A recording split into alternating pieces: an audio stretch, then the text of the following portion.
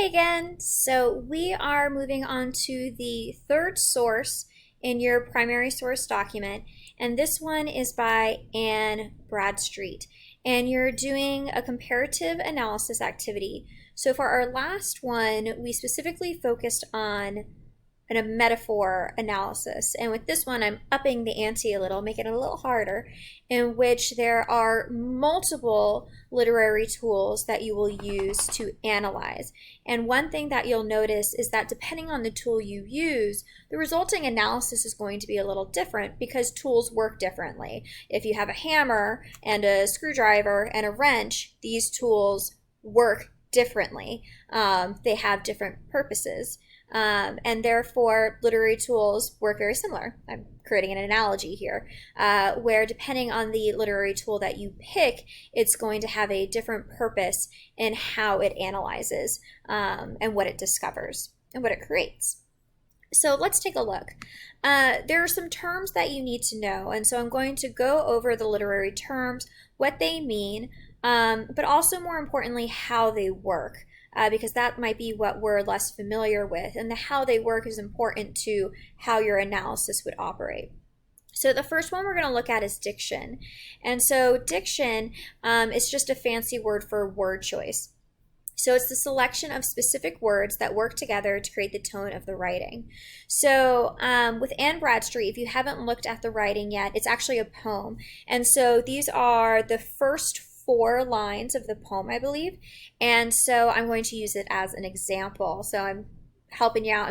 I'm annotating the first 4 lines for you with the diction. So if I was looking specifically at diction for these first 4 lines, the words that I would highlight are silent, rest, sorrow, thundering, piteous, shrieks, and dreadful.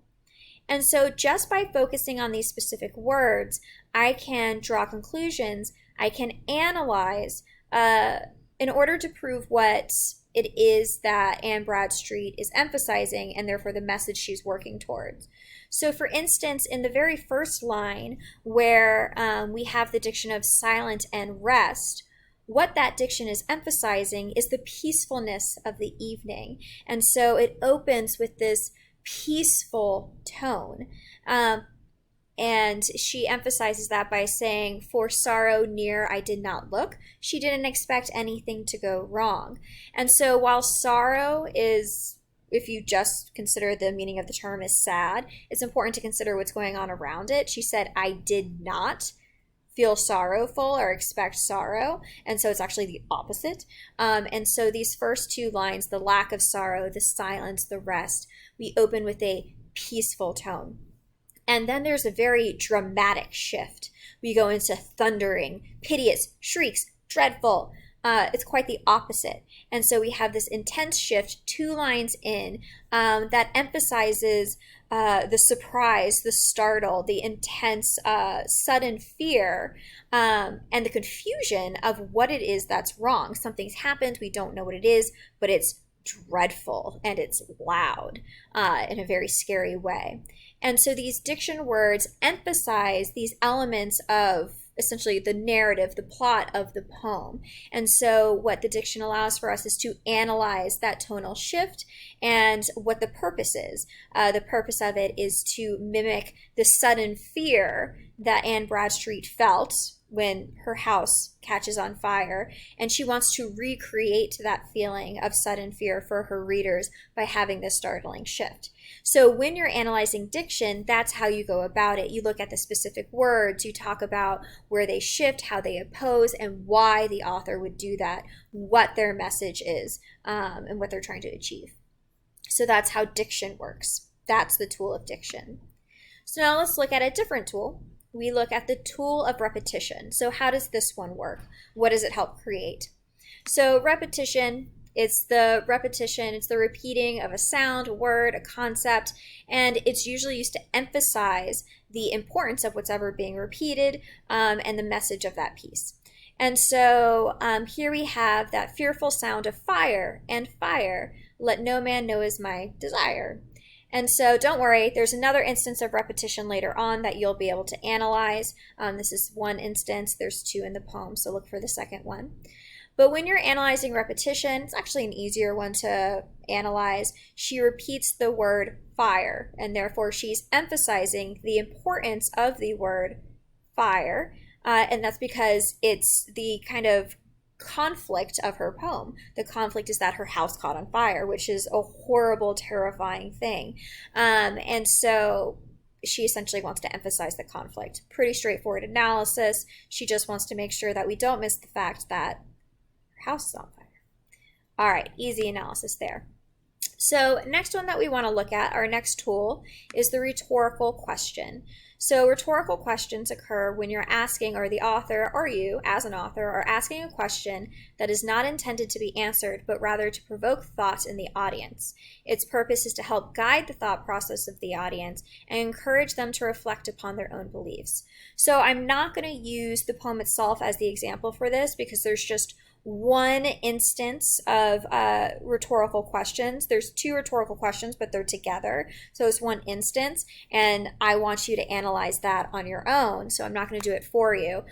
So we're going to look at a different example from a different text. It's from a speech by JFK. And it reads, "Can we forge against these enemies a grand and global alliance, north and south, east and west, that can assure a more fruitful life for all mankind? Will you join in that historic effort?" And so Kennedy's rhetorical questions are addressed to the audience, and rhetorical questions almost always are. I actually can't think of an instance in which an author doesn't intend a rhetorical question to be directed at the audience. You're asking your audience, think about this. But as this little graphic points out, there's an implied yes to each question. The way it's phrased, if you say no, it makes you feel like kind of like a crummy person who is maybe a pessimist at best. And so the person or the audience, they want to say yes to these questions. And therefore, the questions aren't genuinely asked of, I really would like for you to sit down and think about these things thoroughly. Really what the speaker is doing, Kennedy in this instance, is he's guiding his audience's thought process. So when he asks a question, they're like, yeah. And then he asks another question, and they're like, yeah. And so the audience feels like they're involved. They feel like they're independently thinking, but really they're being kind of brought along on a ride in which what they think is being guided, and if you want to use a less savory term, manipulated by the speaker.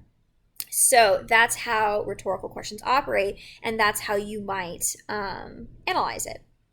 So notice the way we analyze rhetorical question is very different than how we analyze repetition and diction because they're very different tools. All right, so next one is religious imagery. So religious imagery references images and concepts that originate from religious texts. For this reading with Anne Bradstreet, she is a Puritan, we'll be looking at biblical imagery. And so that goes along with the idea of a homily. It's specifically related to biblical texts. Religious imagery does not have to be biblical. It can be any religion. But Anne Bradstreet is a Puritan, so she'll be using similar religious imagery as Winthrop and Edwards because they're all referencing the Bible. And so, again, I'm not going to use the poem because I don't want to take away from what you might select to analyze. And so instead I've chosen a really quick quote from Romeo and Juliet, as a lot of us have probably read it. And so Juliet is speaking here, and she says, "Good pilgrim," she's speaking to Romeo. She says, "Good pilgrim, you do wrong your hands too much, for saints have hands that pilgrims' hands do touch." And so I thought this was appropriate because we're learning about Puritans, and we had some historical background on pilgrims, so it seemed to fit in. So Juliet says this line to Romeo in Romeo and Juliet, and here she compares Romeo to a pilgrim, and she's comparing herself to a saint. Very modest. And this suggests their purity. So pilgrims and Puritans are known for their purity. Puritans, purity. And so it's the idea that Juliet is saying that both her and Romeo are very pure individuals. And furthermore, when she's talking about how saints and pilgrims have hands that do touch, it's creating the image of hands meeting in prayer, so praying hands. And so what Juliet is suggesting is that their union is in dedication to God. And so Shakespeare does this to distract his audience from the fact that Romeo and Juliet are actually sharing a romance outside of wedlock, which is a no-no. So Shakespeare, he has these two young lovers who are actually sitting. And so by having Juliet compare Romeo and herself to pilgrims and saints, and by saying that their romance is essentially a prayer to God, Shakespeare is distracting his audience and creating a holy tone surrounding this love, this romance, so that the audience will support it and forget about the fact that it's outside of wedlock and instead see it as actually a holy union. And so that's the purpose of the religious imagery. Religious imagery is a much more difficult one to analyze because you have to have the biblical understanding that supports the line in order to really understand why the author's referencing what they're trying to say. And also because every reference to the biblical text or any other religious text, it can pull from anywhere in those texts. It could be saying so many different things, and therefore the analysis could go in so many different directions. So religious imagery is definitely a more difficult one to analyze, but this is an example of how you would use this tool to analyze. All right. And last but not least, metaphor. We went over metaphor with Jonathan Edwards, Sinners in the Hands of an Angry God, but I want to revisit it really quickly. And so the purpose of a metaphor is to help us better understand a topic that maybe we're not familiar with. So we'll look at example 2. The snow was a blanket on the ground. So say I'm not familiar with snow. Maybe I live in Miami and I've never seen snow before, and I'm reading a book and it describes the snow as a blanket on the ground. That helps me perceive the snow that I've never experienced, and it helps me kind of see, if we look at this image, this kind of blanket of white, and it's very cozy and soft, and it helps me understand what snow's like, even though maybe I've never seen or touched snow. And so that's the purpose of a metaphor.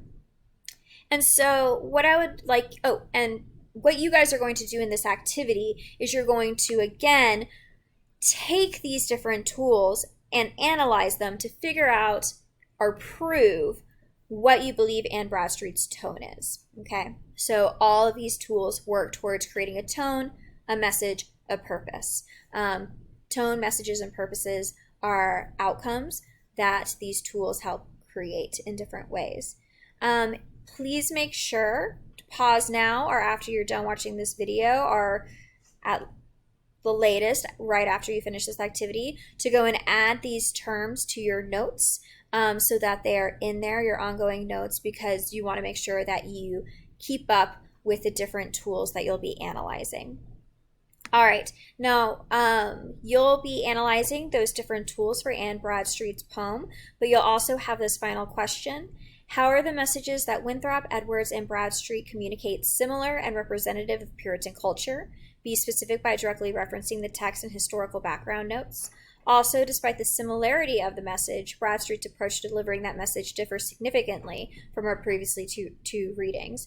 Do you believe that Bradstreet's style would be more or less effective than Winthrop and or Edwards' style? You can discuss one or both if you want to, and make sure to be specific in your argument. So that's your final question. This should not be a sentence answer or even a few sentences. This should be many sentences, like a paragraph, or 2 if you're feeling ambitious, because you should have a lot to say about this by this point. And if you're like, oh, this is so much work, do you know that all of this you'll be directly using in your final product, so it'll make the final product a lot easier to complete. All right. Cool. Well, I hope you enjoy Anne Bradstreet's poem, and I will see you later. Bye.